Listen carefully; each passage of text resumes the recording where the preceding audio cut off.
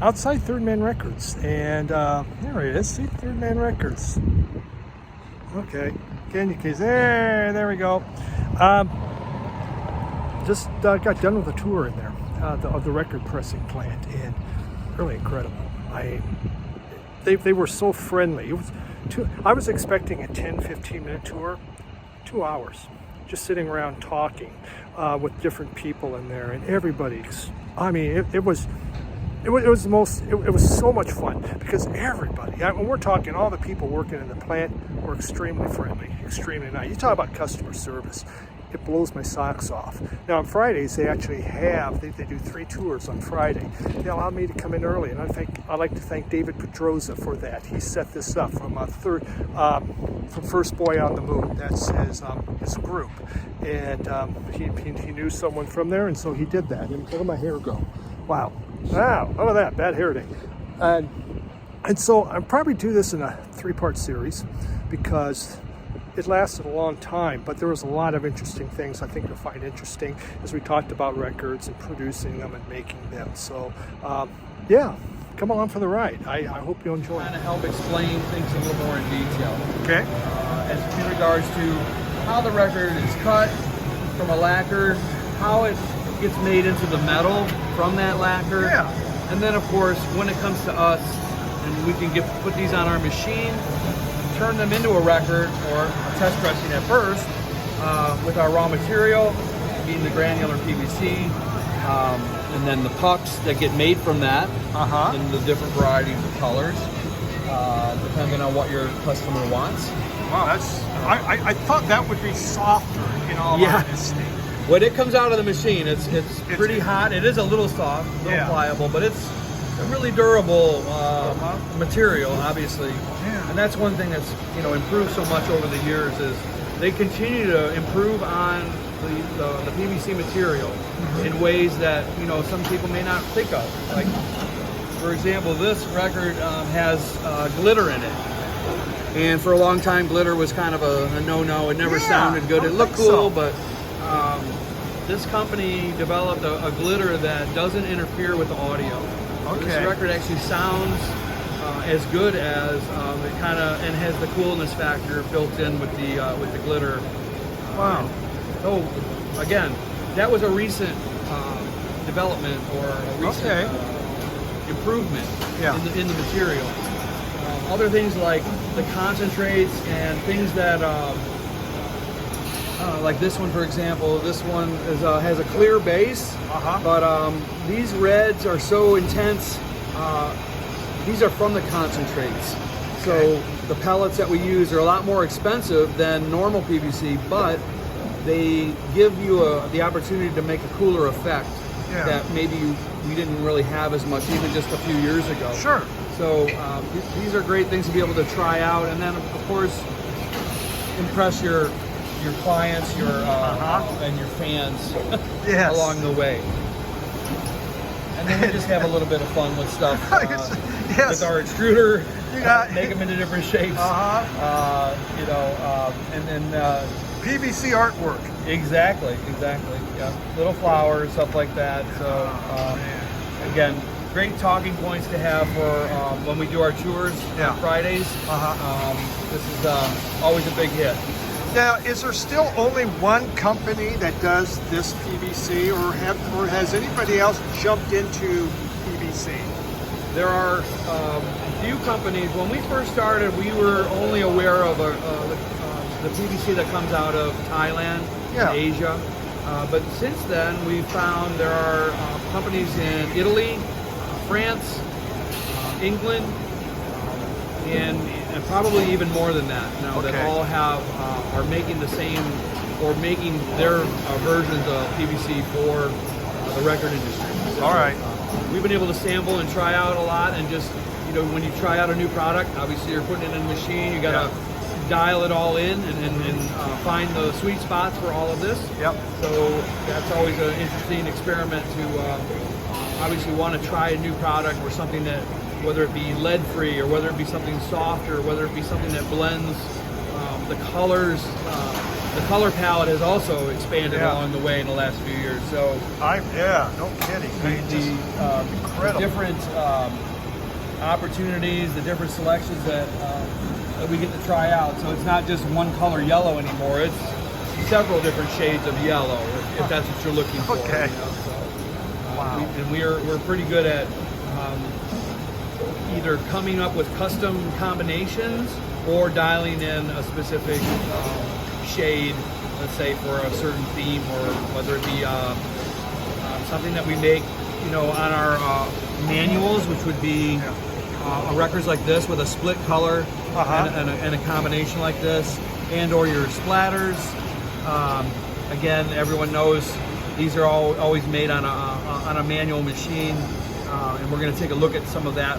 We're doing on a 7-inch for our vault right now. Yeah. So when people come in to our store and they can kind of peek in on what we're doing, they also get to see our board here. That kind of gives them an idea of some of the things that we're working on, or have just completed, or we're going to work on.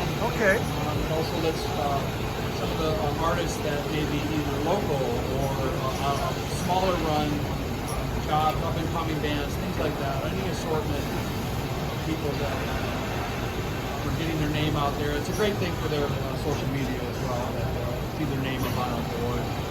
Astrid Gilberto doing one of them, and then a lot of them I've known. Sheer Mag, don't know. David Nance, that's coming out soon.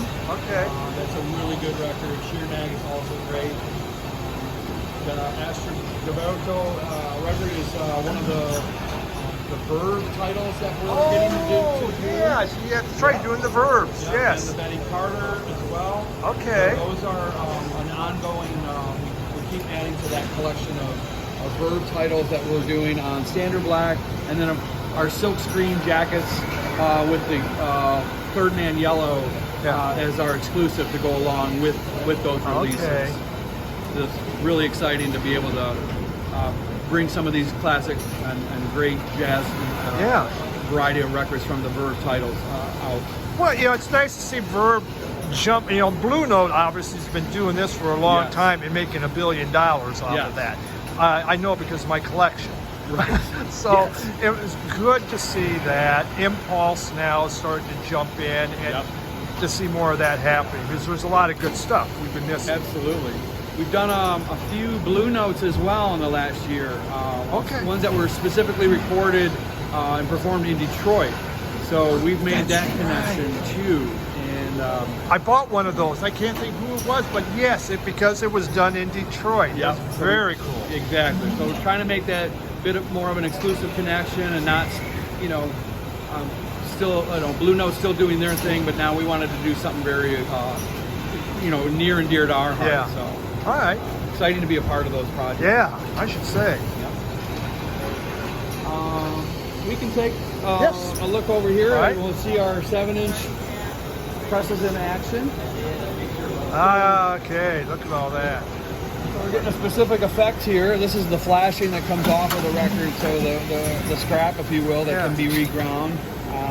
As we're trimming, these are our part of our box set of 7-inch for our upcoming vault.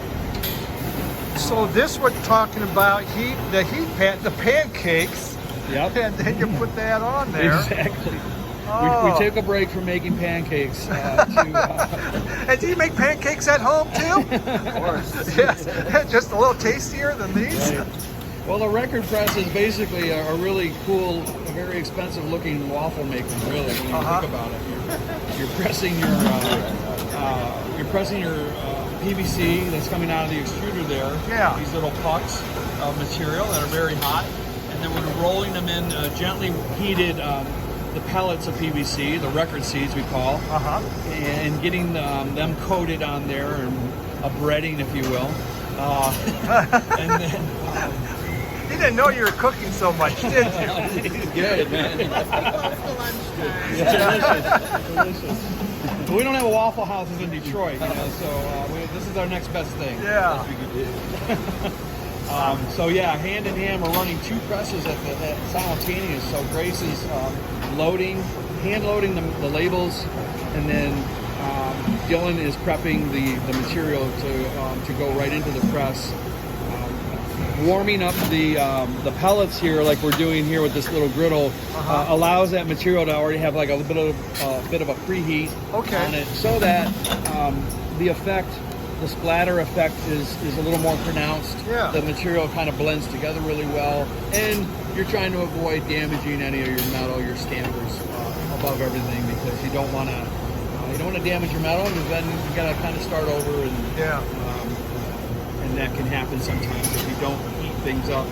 Keep everything kind of temperate and treat it as if it were food, literally. And make it so that the machine will do what you want it to do and get the effect that you're going for. So how long does it have to go into 1 and 2? Is it like a 15-second process to heat, and then you cool it, right? You have water that cools it? Exactly. So when she loads the press, after she gets her labels in, and now she's loading her puck, the hoses are delivering the high pressure steam, and that mold is very hot right now. Okay. So right now it's being heated.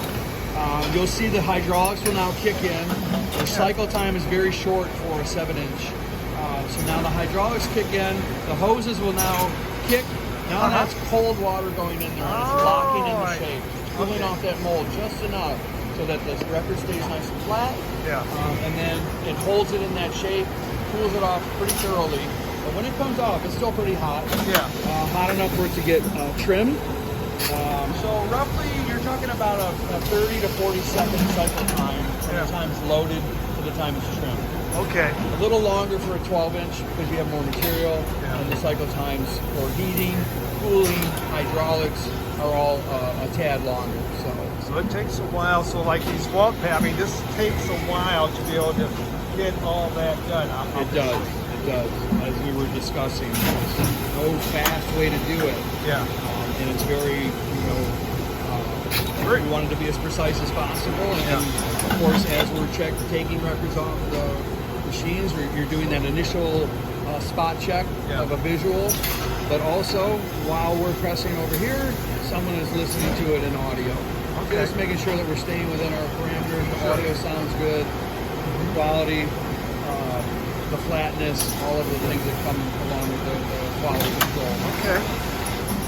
And where are the pucks? Okay, so the yellow, I haven't seen where she grabs the yellow pucks from. So in between the presses is the extruder. Oh, there it is. Okay, all right. Get a shot of it on the other side. You get it closer. So it's built kind of ergonomic so that the presses, one person can run, alternate between the two presses easily. All right, very efficient. So, yes, exactly. So once they get a good rhythm going, they can get quite a few records done in an 8-hour period. Anywhere from 700 to 900 or more. Really? Yeah. Wow. I was wondering how long. We do a lot of 7-inch in general. We're working on our main project right now is our Vault box set for the Elvis Sun releases. And then you reuse this. Yes. But now it's going to have different colors in it, right? Yeah. So, but we can regrind this and blend it in with our other machines, our automatics that we're going to look at, are blending the same colors in a more of a marble fashion. Okay. Yeah, it's a little more less controlled by hand, but more using the machine to kind of keep with the same, that marbling effect is really what you get out of automatic, more so than the hand-loaded manual models here. Okay. Wow. Thank you.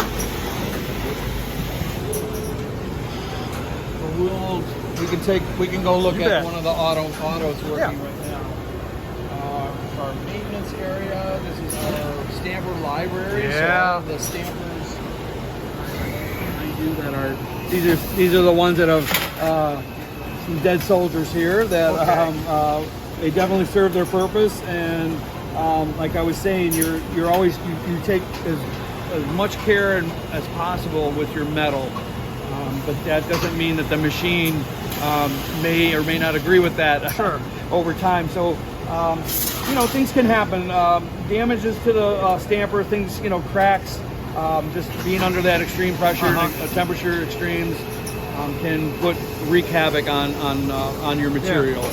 And I read there's the mother and the father. Right. And mother makes like 100 kids or something, or records or something. Yep. Like Everything is like a copy of everything else. You know? So we like to affectionately say, everything does come from the mother, but when you need to make the copies, the father is really the ultimate, where that master basically starts from when it's made into metal, and then a copy of that is made, and then from that we get, depending on how many records you're making, you make sets of metal based on what you think you need to get through that production. So how do you know when that's done? Is it because quality control suddenly says, hey, it's not sounding, or you have like a counter on your machine that says, we've done this many, time for your new? One of the most important things in record pressing is to control your numbers, or always keep track of your numbers on everything, including how many hits you have on that metal. So when I place it on there for the test pressing, the count starts there. When we get the fresh metal, let's say when the job starts, we are keeping track of how many hits are we having on there. Because if the metal fails quickly, you know how many hits you had on it. Other times, if you get into the 1,000 hits or more, and your metal is holding up really well, audibly sounds great, all of the other factors are, no blemishes, nice sounding vinyl, you can keep going. And that metal is working good on the machine. But yeah, we definitely keep track of all of that, as well as your numbers of what your yield is on a daily basis for the machine. Now, Eddie, so your library, so when you get in your mother's or father's, do you save one then that goes to the library? So you keep one that's clean, that hasn't been used? Is that what goes in there? Basically, before the order starts, when we do the test pressing, that first set of metal that we get to do the test pressing, that one we keep aside as either a backup or an emergency, just in case, kind of a piece of. But then it also stays in our library after the job is over, just in case. Because a lot of times you end up doing a repress, or you at some point later, if it goes back on press, or doing initial test pressing, you might not start the job for a certain period of time until you get the rest of your components or materials, etc. But this stays in our library as an archival edition that we can refer back to.